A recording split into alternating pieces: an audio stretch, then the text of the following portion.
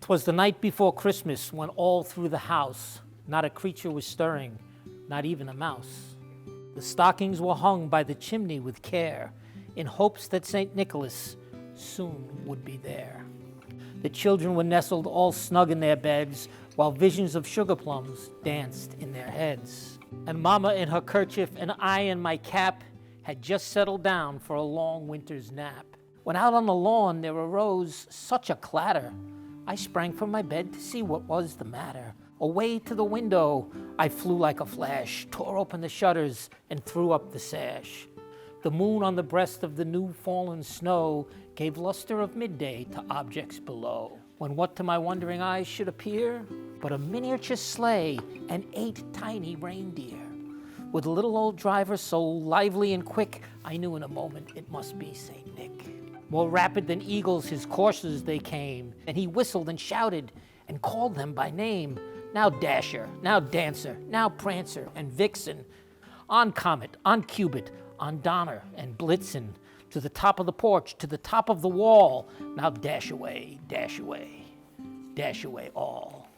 As dry leaves that before the wild hurricane fly, when they meet with an obstacle mount to the sky, so up to the housetop the coursers they flew, with a sleigh full of toys, and St. Nicholas too.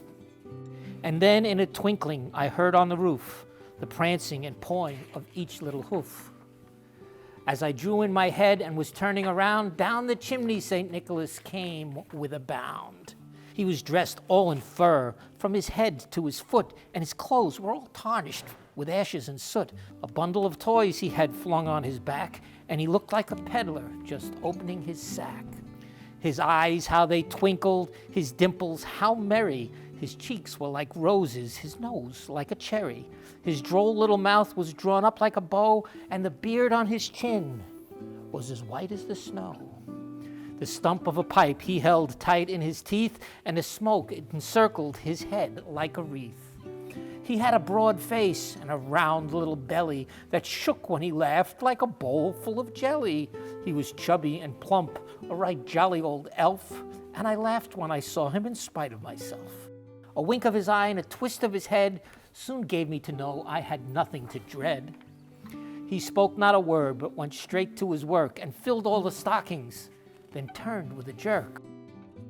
And laying his finger aside of his nose and giving a nod, up the chimney he rose. He sprang to his sleigh, to his team, gave a whistle, and away they all flew like the down of a thistle. But I heard him exclaim ere he drove out of sight, "Happy Christmas to all, and to all a good night."